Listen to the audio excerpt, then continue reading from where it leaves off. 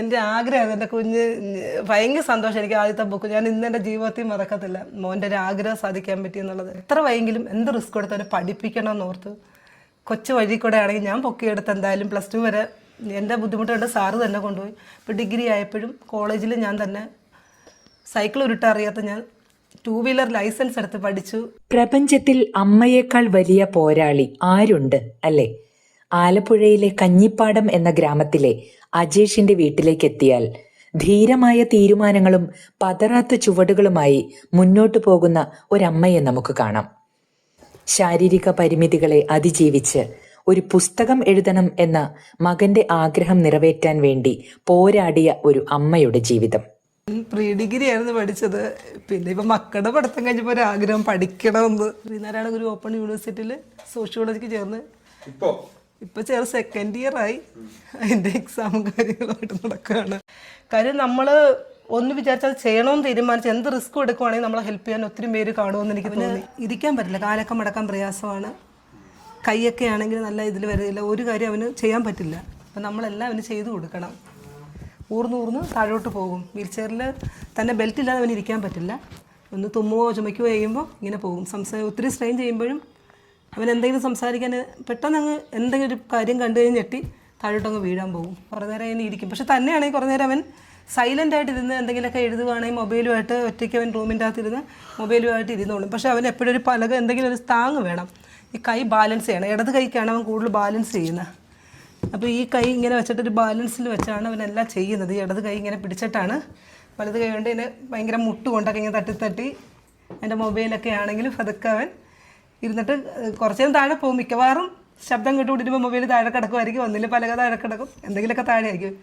അപ്പോൾ എപ്പോഴും ഒരു ശ്രദ്ധയുണ്ട്. ഞാൻ എവിടെ അടുക്കളയിൽ നിന്നാലും പുറത്ത് നിന്നാലും ഇവൻ്റെ കാര്യം എപ്പോഴും ഇങ്ങനെ എനിക്കറിയാം. എന്തെങ്കിലും ഒരു ശ്രദ്ധ എനിക്ക് കാണും. മുറി നിന്നാലും ഇങ്ങനത്തെ രാത്രിയാണെങ്കിലും അങ്ങനെ ഉറക്കമൊന്നും കാണില്ല. അമ്മയെന്നൊരു വിളിക്കുമ്പോൾ അത് കണക്ക് മോളാണെങ്കിലും എപ്പോഴും ഞങ്ങൾ ശ്രദ്ധയാണ് അവൻ്റെ ഒരു കാര്യത്തിൽ.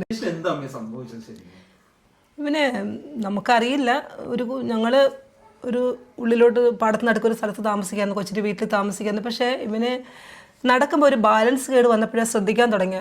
നടക്കുമ്പോൾ ബാലൻസ് കേട്, എന്തെങ്കിലും സാധനം വെയിറ്റ് വെക്കാനായിട്ട് പറ്റത്തില്ല, ഇങ്ങനെ ആടി നടക്കുക. അപ്പോൾ സ്കൂളിൽ പോകുമ്പോൾ ബാഗ് തൂക്കിയിട്ട് നടക്കാനായിട്ട് ഇങ്ങനെ ആടി നടക്കുമ്പോൾ തന്നെ എന്തോ ഒരു അല്ല. അപ്പോൾ തീരെ മെലിഞ്ഞിരിക്കുന്ന ആൾക്കാർ പറഞ്ഞ് ഫാമിലി ഇതായിരിക്കും, അച്ഛൻ്റെയൊക്കെ ഇതായിരിക്കും എന്ന് പറഞ്ഞ്. നമ്മളെ ഗ്രാമപ്രദേശമല്ലേ. അപ്പം അങ്ങനെ. എന്നാലും ഞാൻ ഡോക്ടറെ അടുത്ത് കൊണ്ട് മെലിഞ്ഞ് വരുന്നതുകൊണ്ട് ക്ഷീണിക്കുന്ന നന്നാകാത്തത് കൊണ്ട് ഡോക്ടേഴ്സിൻ്റെ അടുത്തൊക്കെ കൊണ്ട് കാണിക്കാൻ ഒരു കുഴപ്പമില്ലെന്ന് പറയും. അങ്ങനെയാണ് നടന്നത്. പിന്നെയാണ് എനിക്ക് മോനെ 8ാം ക്ലാസ്സിലായപ്പോഴത്തേക്ക് തീരെ വയ്യ, നടക്കാൻ പനി വന്ന് ഭയങ്കര ഇതായിട്ട് തലച്ചോറി പനി ബാധിച്ച് സീരിയസ് ആയിട്ട് വന്ന് ഞങ്ങൾ വണ്ടാനത്ത് അഡ്മിറ്റ് ആയപ്പം ഡോക്ടേഴ്സ് എല്ലാവരെയും അറിയിക്കാൻ പറഞ്ഞ് അത് ഞരമ്പിലെ തൊലി അരുത്ത് പോകാമെന്ന് സുരേഷ് രാഘവൻ ഡോക്ടർ എന്നോട് പറഞ്ഞു. പെട്ടെന്ന് വരണ്ടു എല്ലാവരെയും വിളിക്കാൻ പറഞ്ഞു. ഹസ്ബൻഡിനെയൊക്കെ വിളിക്കുന്നത് ഞങ്ങളെ ഭയങ്കര നിലവിളി, എന്തുവാന്നൊന്നും അറിയാൻ മേല. പക്ഷേ അതിനുശേഷം പിന്നെ ഓരോ ടെസ്റ്റുകൾ ചെയ്തിട്ട് അസുഖം എന്താണെന്ന് കണ്ടുപിടിച്ചിട്ടില്ല. പിന്നെ അവർ ന്യൂറോളജിസ്റ്റ് വരുന്നു, അങ്ങനെ വരുന്നു. അവസാനം പറയുന്നു സെർബെല്ലാർ അറ്റാസിയ എന്ന് പറയുന്നു.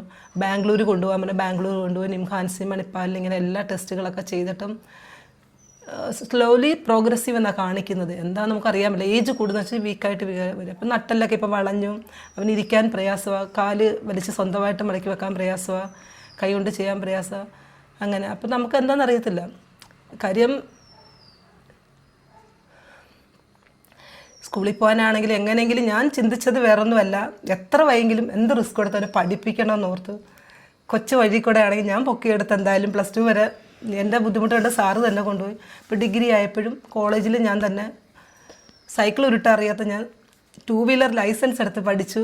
2 വീലർ വണ്ടിക്കകത്ത് അവനെ കൊണ്ടുപോയി. ബികോമിന് NSSൻ്റെ കുട്ടികൾ ബികോംകാർ അമ്പലപ്പുഴ കോളേജ് വെച്ച് നമുക്ക് 2 വീലർ തന്നിട്ടുണ്ടായിരുന്നു സാറിൻ്റെയൊക്കെ ഇതിൽ. ആ വണ്ടിയിൽ ഞാൻ ഇരുത്തി. പിന്നെ കമാൽ സാർ അതിൻ്റെ കസേര കണക്കത്തെ ഇതും അവനെ ഇരുത്താനുള്ള സെറ്റപ്പൊക്കെ ചെയ്തത് ഞങ്ങൾ. അങ്ങനെയാണ് ഞാൻ ബികോമിന് കൊണ്ടുപോകുന്നത്. PGക്ക് ഞാൻ ST കോളേജിൽ കൊണ്ടുപോകുന്നത്. അവിടെ ബുക്ക് മോളിപ്പം എൻജിനീയറിങ് കഴിഞ്ഞായിരുന്നു. എൻജിനീയറിങ് കഴിഞ്ഞ് കലൈറ്റ് എന്ന് പറഞ്ഞൊരു കമ്പനിയിൽ, എറണാകുളത്തൊരു കമ്പനി ട്രെയിനി ആയിട്ട് കയറിയിട്ടുണ്ട്. ഓക്കെ. പക്ഷേ മോളെ നല്ല ഹെൽപ്പാണ്. മോൻ്റെ കാര്യം ഞാനില്ലെങ്കിലും മോൻ്റെ കാര്യങ്ങൾ നോക്കാനും അവന് വെള്ളം കൊടുക്കാനും എല്ലാത്തിനും നല്ല ഹെൽപ്പാണ്. പക്ഷേ ഇവന് എഴുതാനുള്ള ഒരു ഇതുണ്ടെന്ന് നമുക്ക് മനസ്സിലായപ്പം എഴുതിയിട്ട് ഇവർ രണ്ടുപേരും കൂടെ ചർച്ച ചെയ്യുന്നത് കൂടുതലും എന്നെക്കാളും കോണ്ടാക്ട് ഇവർ രണ്ടുപേരും. കാര്യം ഇവൻ ചിലപ്പോൾ പറയുമ്പോൾ എനിക്ക് തിരിയില്ല, ഞാൻ അടുക്കളയിൽ നിന്ന് എന്താണെന്നൊക്കെ ചോദിച്ചിട്ടായിരിക്കും വരുന്നത്. പക്ഷേ ഇവർ തമ്മിൽ നല്ല ഇവൻ എന്ത് പറയാൻ ചിലപ്പോൾ എനിക്ക് ഇവളായിരിക്കും തർജ്ജമ ചെയ്ത് തരുന്നത്. ചില കാര്യങ്ങൾ പെട്ടെന്ന് ഇവള് പിടിച്ചെടുക്കുക, എന്ത് കാര്യങ്ങളും. അപ്പോൾ എനിക്ക് ഇവിടെ പെട്ടെന്ന് എനിക്ക് പറഞ്ഞു തരും എന്നതാന്നുള്ളതൊക്കെ. ചില സമയം ഞാൻ എന്തുവാന്നൊക്കെ കുറെ നേരം ചോദിക്കും.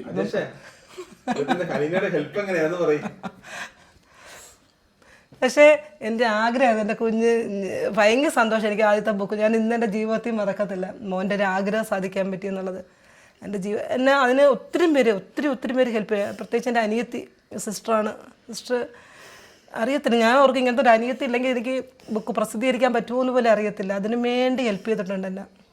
അതുപോലെ ഒത്തിരി പേര്, എനിക്ക് പേരെടുത്ത് തന്നെ പറയാമല്ലോ, ഒത്തിരി പേര് ഇതിൻ്റെ പുറകിലുണ്ട്. നമ്മൾ മാത്രമല്ല. കാര്യം നമ്മൾ ഒന്ന് വിചാരിച്ചാൽ ചെയ്യണമെന്ന് തീരുമാനിച്ച് എന്ത് റിസ്ക് എടുക്കുവാണെങ്കിൽ നമ്മളെ ഹെൽപ്പ് ചെയ്യാൻ ഒത്തിരി പേര് കാണുമെന്ന് എനിക്ക് തോന്നി. നമ്മൾ ആ റിസ്ക് എടുക്കണം, നമ്മൾ അലസത കാണിച്ചാൽ ഒന്നും നടക്കില്ല. തീർച്ചയായിട്ടും ഞാനത് കൊയിലോടെ കാര്യം ഓർക്കും. ഞാൻ വായിച്ചിട്ടുണ്ട് ബുക്ക്, അതുകൊണ്ട് ഭയങ്കര ഇഷ്ടമാണ്. ഇതാണ് മൂന്നാമത്തെ പുസ്തകം. അപ്പം ഇതിൽ ഇതിഹാസത്തിൻ്റെ പുസ്തകം എന്നൊരു ടൈറ്റിൽ കൊടുത്തു. ബേസിക്കലി ഇത് മൂന്നും കണ്ടിന്യൂവേഷനാണ്. അപ്പോൾ മൂന്നാമത്തെ ബുക്കിൽ വരുമ്പോൾ കഥ കുറച്ചുകൂടെ ഒരു ഡിഫറെൻറ്റ് ടേണിലോട്ട് പോകുന്നുണ്ട്. അപ്പം അതിന് സ്യൂട്ടബിൾ ആയിട്ടുള്ള ഒരു പേര് ഇതായിരിക്കും എന്നൊരു ഐഡിയയിൽ അങ്ങനെ കൊടുത്തതാണ്. പിന്നെ മെയിൻ കഥാപാത്രം, ഇതിലെ സെൻട്രൽ കഥാപാത്രം വരുന്നത് ബെഞ്ചമിൻ എന്ന പേരുള്ള ആളായതുകൊണ്ട് ആ ഒരു പേരും കൂടെ നമ്മളിവിടെ ആഡ് ചെയ്തിട്ടുണ്ട്, ടൈലർ ബെഞ്ചമിൻ. അതെ, ഫസ്റ്റ് ബുക്ക് അല്ലേ? അതെ. Second book last. നല്ല അഭിപ്രായം ഉണ്ടായിരുന്നു, നല്ല പുസ്തകങ്ങളൊക്കെയാണെന്നും പറഞ്ഞ് നല്ല അഭിപ്രായം ഉണ്ടായിരുന്നു എല്ലാവരും. ഇപ്പം 4ാമത്തെ പുസ്തകം ചെയ്തുകൊണ്ടിരിക്കുകയാണ് ഇതിൻ്റെ കണ്ടിന്യൂഷനായിട്ട്. അത് വിജയിക്കട്ടെ തീർച്ചയായിട്ടും. എഴുതി തുടങ്ങിയത് അല്ലെങ്കിൽ എന്താണ് എഴുതാൻ ഒരു ആഗ്രഹം തോന്നിയത് എന്നൊക്കെ? ആക്ച്വലി പണ്ട് തൊട്ടേ എഴുതാൻ ഇഷ്ടമായിരുന്നു. പിന്നെ ഒരുപാട് കഥയൊക്കെ എഴുതുമായിരുന്നു. ഈ ടൈം ട്രാവലും അങ്ങനെ സയൻസ് ഫിക്ഷൻ ബേസ് ചെയ്തുള്ള കഥയൊക്കെ എഴുതുമായിരുന്നു.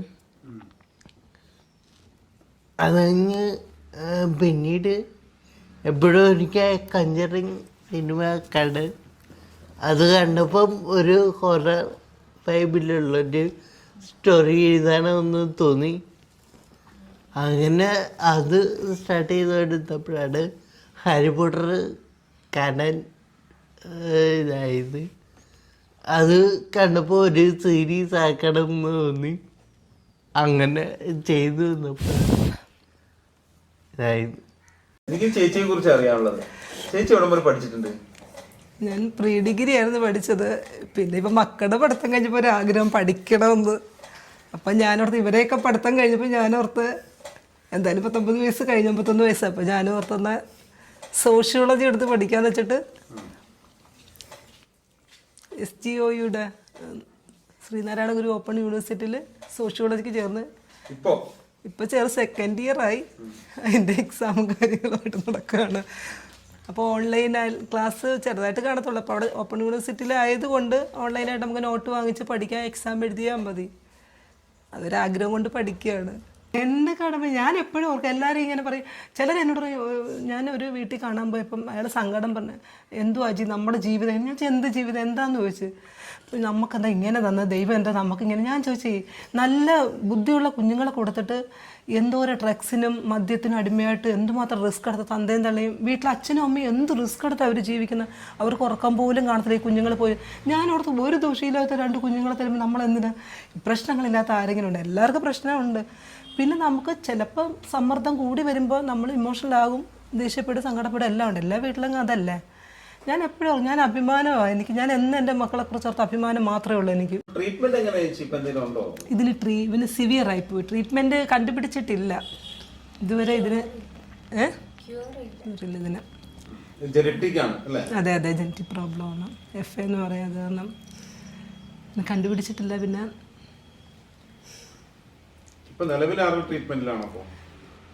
മോന് ട്രീറ്റ്മെൻറ്റ് ആക്ച്വലി കഴിഞ്ഞു, മോൻ്റെ ട്രീറ്റ്മെൻറ്റ്. പിന്നെ ഞങ്ങൾ ഇടയ്ക്ക് ഹാരിസ് ഡോക്ടർ ഒന്നുകൊണ്ട് കാണിച്ചായിരുന്നു. അപ്പോൾ എന്തെങ്കിലും നമുക്ക് ചെയ്യാൻ പറ്റുമോ എന്ന് അറിയാനായിട്ട്, നല്ല ഫേമസ് ഒരു ഡോക്ടറായിരുന്നു. അതിനകത്ത് കൊണ്ട് കാണിച്ചാൽ പറഞ്ഞു ഇനി അവൻ്റെ കാലൊക്കെ ഇങ്ങനെ പൊക്കിയിട്ട് ഡോക്ടർ തന്നെ പറഞ്ഞു സിവിയറായി, ഇനി നമ്മൾ ഒന്നും ചെയ്താൽ ഫിസിയോതെറാപ്പി ചെയ്താൽ പോലും ഒന്നും ആകത്തില്ലെന്ന് പറഞ്ഞു. കാര്യം ബ്ലഡ് സർക്കുലേഷൻ നടക്കുന്നില്ല. പിന്നെ ഒന്നും അവൻ്റെ കൈ കൊണ്ട് കാലുകൊണ്ട് ചെയ്യാൻ ഇച്ചിരി പ്രയാസമാണ്. അവന് എന്താ ഇത്രയായിട്ട് അജിക്ക് എങ്ങനെ പറ്റുന്നെന്ന് എന്നോട് ചോദിച്ചിട്ടുണ്ട്. ഇങ്ങനെ ചിരിച്ച് സംസാരിക്കും. ഞാൻ പറയാം എന്താ കുഴപ്പമെന്ന് ചോദിച്ചാൽ എനിക്ക് കുഴപ്പമൊന്നും ഇല്ലെന്ന് പറയും.